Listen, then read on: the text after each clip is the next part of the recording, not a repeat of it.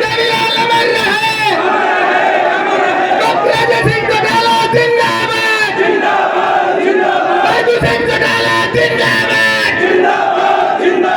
युवा मुख्यमंत्री बैजू सिंह चौटाला जिंदाबाद, आया आया जोरदार तालियां बजा करके बैजू सिंह चौटाला जी का स्वागत करें साथियों।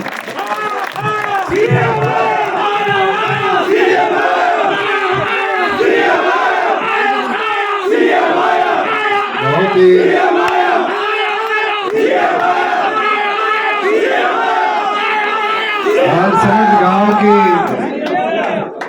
इस पावन धरा पर मौजूद मेरे साथ हरियाणा सरकार में शहरी निकाय मंत्री आदरणीय कमल गुप्ता जी,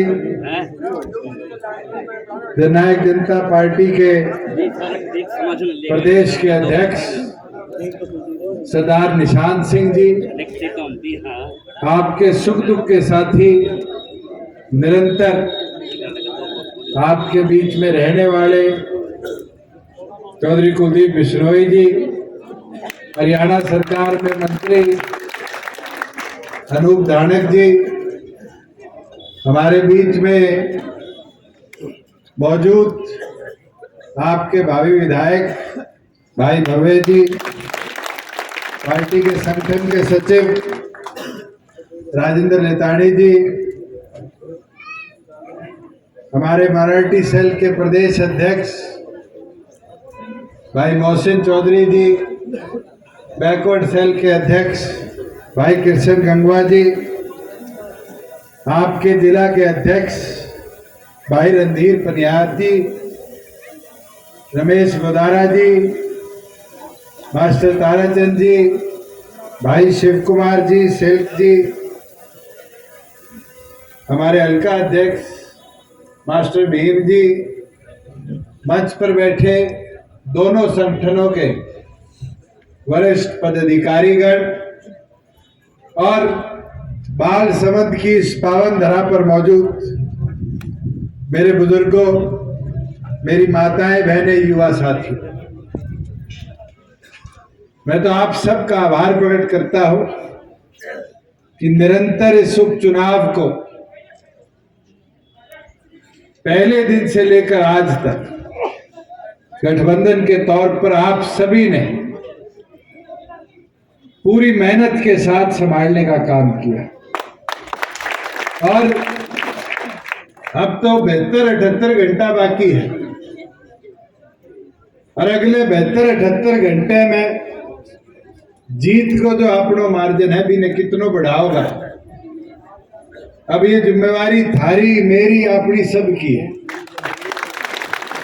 और मैं तो एक चीज बोलूंगा, क्योंकि आदमपुर ननिहाल होने के नाते भी आप लोगों का प्यार, आप लोगों का आशीर्वाद जो रहा है वो भरपूर रहा।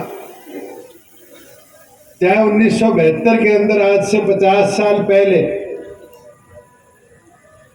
चौधरी देवीलाल जी, चौधरी भजनलाल जी आमने सामने लड़े, मगर उस दौरान से लेकर राजनीतिक दूरियां जरूर रही, मगर आप सब ने अपने जोश प्यार में कभी कमी आने नहीं दी। मुझे वो समय भी याद है जब स्वर्गीय सुरेंद्र सिंह जी के विरुद्ध डॉक्टर अजय सिंह चौटाला जी लोकसभा का चुनाव लड़े थे और हिसार लोकसभा के उस समय भिवानी लोकसभा का पार्ट आदमपुर थे। वो भी एक स्वर्णिम दौर है कि एक तरफा बहुमत अपने आदमपुर की सीट डॉक्टर अजय सिंह चौटाला जी को जिताकर कुलदीप जी के विरुद्ध में मैं लड़ा तो भी आदमपुर के अंदर कभी ऐसे मतभेद देखने को नहीं मिले जिसने राजनीतिक गहराइयां बढ़ाने का काम। साथियों, मुझे वो दिन भी याद है 2019 का, जब विजेंद्र सिंह जी हिसार लोकसभा से सांसद बने, जननायक जनता पार्टी बड़ी बड़ी थी, मैं दूसरे नंबर पे रहा और काउंटिंग के अंदर भव्य वहां साथ था, वो तीसरे पे रहा। मगर समय बड़ा बलवान होता है। विजेंद्र जी लोकसभा में गए, उचाना के लोगों ने मुझे विधानसभा में भेजा। आज मैं प्रदेश के उप मुख्यमंत्री के तौर पर आपकी सेवा कर रहा हूं और भव्य को आज ये मौका मिल रहा है कि ये आपका उम्मीदवार बनकर विधानसभा में आदमपुर का नेतृत्व करने का काम। साथियों, इस मौके को आपने आगे लेकर चलना और इस मौके को जब भी हम आगे लेकर जा पाएंगे जब इस गठबंधन को मजबूती के साथ आदमपुर से जिताने का काम। साथियों, पिछले 3 सालों के अंदर निरंतर बड़े उतार चढ़ाव हमें देखने को मिले। सरकार के तौर कोरोना जैसी महामारी आई जिसने कई देशों की अर्थव्यवस्था को बिगाड़ने का काम किया। महाराष्ट्र में तो ये हालत थी कि हजारों मौतें दिन प्रतिदिन हो रही थी, पर हरियाणा सरकार ने बड़ी मजबूती के साथ प्रदेश की कमान को संभाला, उस व्यवस्था को बनाया और उस कोरोना महामारी से चाहे पहले दौर की थी, दूसरे दौर की थी, तीसरे दौर की थी, हरियाणा को बर्बाद नहीं, हरियाणा को प्रगति के पथ पर लाकर आबाद करने का काम किया। और आज उसका नतीजा है कि हरियाणा प्रदेश के अंदर पिछले 1 साल में 30,000 करोड़ का हमने नया निवेश लाने का काम किया। मारुति जैसा 10,000 गाड़ियां बनाने का पहला दुनिया का सबसे बड़ा प्लांट अगर कहीं स्थापित हुआ तो हरियाणा प्रदेश की खरखोदा की धरा पर हमने लाने का काम। और यह प्रयास रुक नहीं रहा। अभी पिछले दिनों हमारी कैबिनेट ने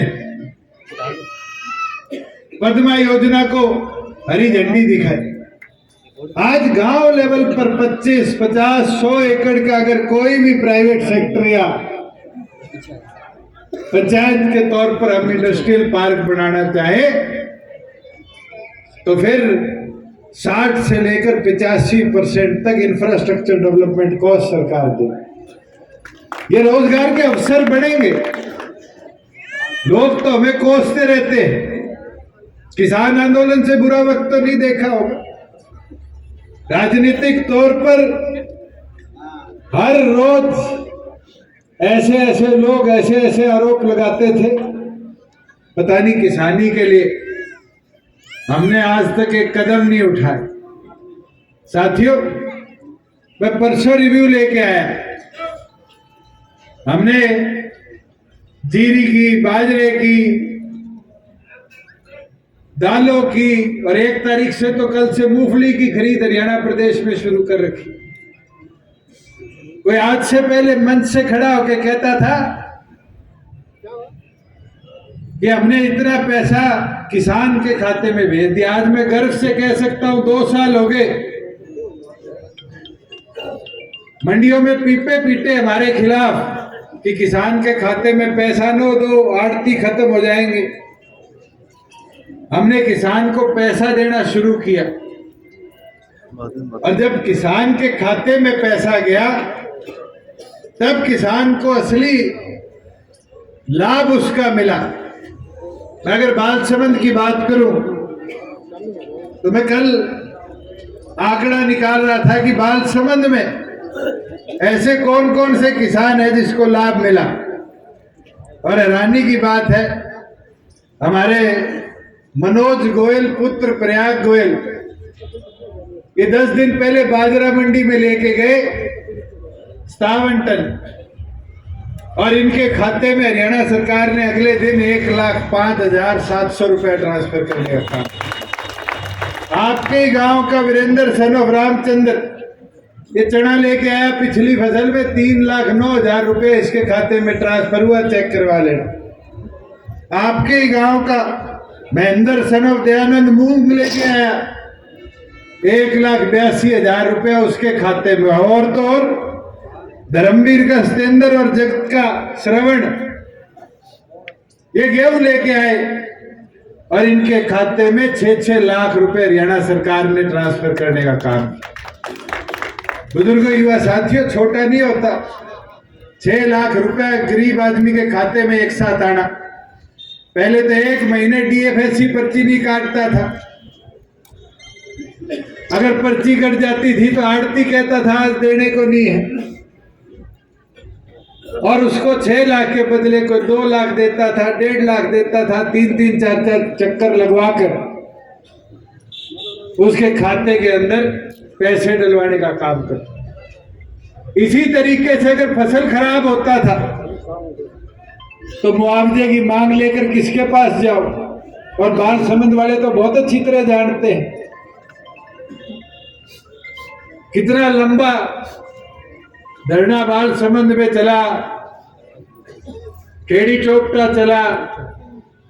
मेरी आपकी सरकार की सोच थी, जहां पटवारियों की कमी थी उसका नुकसान किसान को ना हो जाए, हमारी सरकार ने निर्णय लिया। और कोई बोलता हो कि हमारा मुआवजा नहीं आया, ये आपके नायब तहसीलदार के खाते में 29 करोड़ और 66 लाख रुपया हरियाणा सरकार ने भेजने का काम। ये तो मजबूरी है, कोड ऑफ कंडक्ट लगा हुआ है कि किसान के खाते में आज पैसा नहीं भेजा जाता। पर ये तो 6 तारीख की बात है, 7 तारीख को आपके खाते में पूरा पैसा भी हम भिजवाने का काम करेंगे। साथियों, आज विकास की बात करें, आजमपुर के चारों ओर बड़ी समस्या रहती थी कि अगर दड़ोली रोड जाओ तो फाटक बंद, अगर मंडी में से निकलो तो फाटक बंद, बाड़ा रोड जाओ तो फाटक बंद। आज भादरा रोड पर पुल कंप्लीट है। आज मंडी से दड़ोली वाला पुल निर्माणाधीन है, और जो मंडी के अंदर अंडरपास बनना है वो जैसे दोनों की फंक्शनिंग शुरू होगी उसकी भी शुरुआत हम कर देंगे। आज 4 रेलवे फ्लाईओवर आपके यहाँ बन रहे हैं, लगभग 100 करोड़ की सड़कों का निर्माण हो गया, और 100 करोड़ का आने वाले समय में टेंडर है सड़कों का निर्माण और हम आदमपुर के अंदर कराने का काम करें। ये तो परिस्थितियां ऐसी रही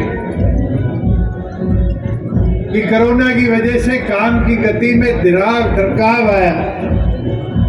मगर साथियों, आज आपके हाथ में समय, ये मौका है, सरकार में हिस्सेदारी डालो, इस गठबंधन को ताकत दो, 57 का 58 बनाने का काम करो, और मुमकिन जब ही होगा जब आगामी 3 तारीख को कमल का बटन दबाकर जेजेपी बीजेपी के गठबंधन के उम्मीदवार को जिताने का काम करो। साथियों, मैं एक चीज जरूर बोलना चाहूंगा, आज आप सब ने मिलकर ये निर्णय करना है। मैं देख रहा हूं बहुत से लोग यहाँ आ रहे हैं प्रचार में, इसको जिता दो, उसको जिता दो, इसको विधायक बना दो। मुझे एक चीज बताओ, 2 उपचुनाव हुए, एक कांग्रेस का साथी जीता, क्या हमारी सरकार हिली डिली? एक उपचुनाव हुआ, इंडियन नेशनल लोकदल जीती, और उस समय लोगों ने कहा कि एक विधायक सरकार गिरा देगा। इलाहाबाद के लोगों ने वहां एक बार कमी छोड़ दी।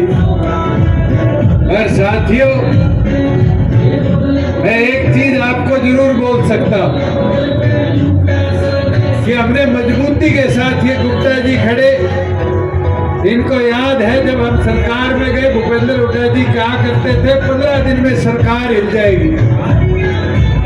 उसके बाद कहा गया 3 महीने में सरकार गिर जाएगी, 6 महीने में सरकार गिर जाएगी, साल में सरकार गिर जाएगी। आज पूरे हो गए और 3 साल के अंदर एक ही सोच से हमने काम आगे बढ़ाया और वो सोच थी कि हरियाणा को प्रगति के पथ पर कैसे लाया जाए।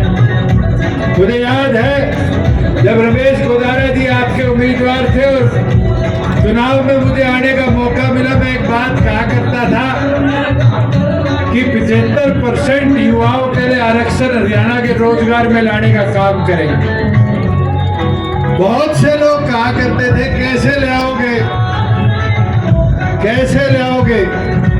मुझे वो दिन याद है जब राजेंद्र लतानी जी, निषाद सिंह जी कहा करते थे कि चौधरी देवीलाल जब पेंशन की बात करते हैं तो बंसीलाल जी कहा करते हैं मैं तो वकील हूं, पेंशन तो मैं बांध देता अगर ऐसे बंधती होती। मगर उस समय चौधरी देवीलाल जी ने कानून का स्वरूप उस पेंशन को दिया और आज वो पौधा बूढ़े बुजुर्ग की जेब में अगर बूढ़ा बुढ़िया दोनों ले तो 5,000 रुपया महीने का फल के तौर पर लाकर देने का काम करता है। साथियों 75% भी ऐसा पौधा है। ये प्राइवेट इंडस्ट्री वाले घबरा कर कह देते हैं कि क्या होगा, हम सुप्रीम कोर्ट से स्टे विकेट कर लाए और आज हाई कोर्ट के आदेश का इंतजार कर रहे हैं। पर मैं ये गारंटी के साथ कह सकता हूं कि आज जिस दिन वो कानून लागू होगा, मैं काबरेल से आ रहा था, मिंडा जी का स्कूल है, मिंडा जी की 6 फैक्ट्रियां हैं गुड़गांव मानेसर के अंदर, आज हरियाणा के 20 बालक होंगे। मगर जिस दिन लागू होगा, अगर 1000 एम्प्लॉई एक फैक्ट्री में है तो हर फैक्ट्री में 750 बच्चे अपने हरियाणा के होंगे। फिर तो मिंडा जी को भी यहाँ ट्रेनिंग स्कूल खोलना पड़ेगा बालकों की तैयारी के लिए और यहाँ से युवाओं को तैयार कर अपने साथ ले जाना पड़ेगा। साथियों, एक चीज आपको बताता हूं कि आज फैसलों को हकीकत बनाने के लिए हिम्मत लगती है और हमने अलग अलग कदम उठाने का काम किया। मुझे याद है महिलाओं के लिए 50% आरक्षण की बात नैना चौटाला जी कहा करती थी, तो बहुत से मीडिया के साथी बैठे, सर्वेश बैठा है, देशवाल जी बैठे हैं, इधर दीपक खड़ा है, ये पूछते थे कैसे ले आओगे। और आज मैं पूछता हूँ, पंचायती राज चुनाव की कल पोलिंग हुई, क्या जिला परिषद में 50% औरतें उम्मीदवार थी? और देख लेना 2 को रिजल्ट आएंगे, फिर 12 को रिजल्ट आएंगे, फिर 28 को आएंगे और 50% माताएं बहनें सरपंच भी बनेगी, मेंबर भी बनेगी, ब्लॉक मेंबर भी बनेगी और जिला परिषद मेंबर के साथ साथ चेयरमैन भी बनने का काम करेंगे। बुजुर्गों, युवा साथियों, ये बदलाव होगा और इस बदलाव की हिस्सेदारी मुमकिन होगी तो केवल मात्र आपके सहयोग और समर्थन से। और आप चाहते हो ऐसे ऐसे बदलाव आने वाले समय में पूरे प्रदेश में हमें देखने को मिले। आप चाहते हो ऐसे कानून जो हमने 3 साल में लाने का काम किया और आगे मजबूती से लाने का काम करे, तो मैं कहूंगा मेरे भाई को, छोटे भाई को और मजबूती से जिताकर अपना नेतृत्व देने का काम करें। साथियों, मैं एक चीज कह सकता हूं, आज कांग्रेस के लोग घूम रहे हैं, भारत जोड़ो यात्रा निकाल रहे, उनसे पूछने का काम तो करो। भारत तो जुड़ा हुआ है, अखंड है। आज हम भारत के अंदर एकता दिवस बनाने का काम कर रहे हैं। पहले अपने कुनबे को तो जोड़ने का काम करो। तो G29 बनाए बैठा है, प्रधानी के चुनाव के अंदर जो हुआ वो आपने सबने देखा। और एक चीज बोल सकता, लोग कहते हैं 125 साल पुरानी पार्टी कांग्रेस। मैं 2013 के अंदर एक्टिव राजनीति में आया, आज 10 साल भी नहीं हुए, पर एक चीज कह सकता हूं कि अब वो कांग्रेस 125 साल पुरानी नहीं, आज कांग्रेस थकी हुई है, आज कांग्रेस मरी हुई है। और मौका है इस मरी हुई कांग्रेस को आखिरी जो कील कहते हैं last nail in the coffin, उस कील ने गाड़ दो आदमपुर के अंदर। ये मुमकिन जब ही होगा जब आप लोग मजबूती के साथ अगले 72 घंटे पैरवी कर इस युवा का साथ देकर हमारे गठबंधन को और मजबूत करने का काम करोगे। मैं तो पूर्ण एक ही चीज आपको कहना चाहूंगा कि इस गठबंधन धर्म को और मजबूती से आगे बढ़ाने का काम करो। भाई लड़ाई दो की है, तीसरा चौथा पांचवा तो सारे 5-7 हजार टोटल में ही रह लेंगे, उनकी तरफ ध्यान मत दो। अब तो इस मार्जिन को बढ़ाओ और इस मार्जिन के अंदर अपना सहयोग और समर्थन और मेहनत के साथ इस गठबंधन के पक्ष में करने का काम करो। मैं तो एक चीज मेरे पत्रकार साथियों को जरूर बोलना चाहूंगा, आज 3 साल सरकार के अंदर हमने मजबूती के साथ बड़े बदलाव लेने की हिम्मत रखी। बहुत क्रिटिसिज्म हुआ, मगर गुप्ता जी मेरे को बारी बारी धन्यवाद करते हैं जब मैं कोई एविएशन की बात करता हूं। मैं एक चीज बोल सकता हूं, हिंदुस्तान का सबसे बड़ा एविएशन हब कोई बनेगा तो हमारे हिसार की पावन धरा पर हम बनाने का काम करेंगे। और तो और वहां से आईआरबी की 3rd बटालियन रिलोकेट कर रही है। मैं तो बालसमंद वालों को कहता हूं, या गांव में टिब्बे वाली जमीनें दे दो माने, वो आईआरबी को कहीं और जिले के अंदर ले जाने की बजाय उस आईआरबी की 3rd बटालियन को आपके बालसमंद में स्थापित करा देते। ये लियाओ, अवसर दो और लिया कर देगा तो कराने का काम करूंगा। एक चीज याद करा देता हूं, मैं सांसद था, सीएम साहब उस समय अनाउंस करके कि यहाँ गर्ल्स कॉलेज बना जाएगा। गर्ल्स कॉलेज के लिए बड़ी दिक्कतें आ रही थी। कई लोग थे जो प्रयास कर रहे थे कि उस स्थान पर पंचायत की जमीन पर गर्ल्स कॉलेज ना बने। पर बताओ, जिस दिन आपका बेटा आपका भाई सरकार में आया, क्या वो जमीन खाली नहीं कराई गई? क्या वहाँ गर्ल्स कॉलेज का निर्माण शुरू नहीं हुआ? साथियों, ये जरूरी है और आज ये कदम मुमकिन जब ही है जब आप जैसों का साथ प्यार आशीर्वाद मिलता रहेगा।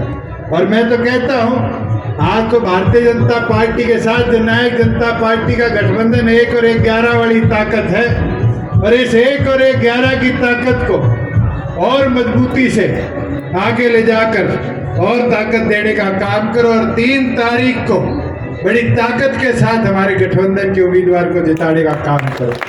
मैं तो पूर्ण आप सब यहाँ आए, आपने भव्य को अपना प्यार आशीर्वाद दिया, इसके लिए आपका आभार प्रकट करता हूं और यही उम्मीद करता हूं कि आगामी 3 तारीख को गठबंधन धर्म निभाकर एक साथी भारतीय जनता पार्टी का भी और खास तौर पर जननायक जनता पार्टी का भी अपनी ताकत भी दिखाएगा और अपना एक वोट मजबूती के साथ इस गठबंधन के पक्ष में डालने का काम करेगा। आप सब आए, आप सबका बहुत आभार, धन्यवाद, जय हिंद।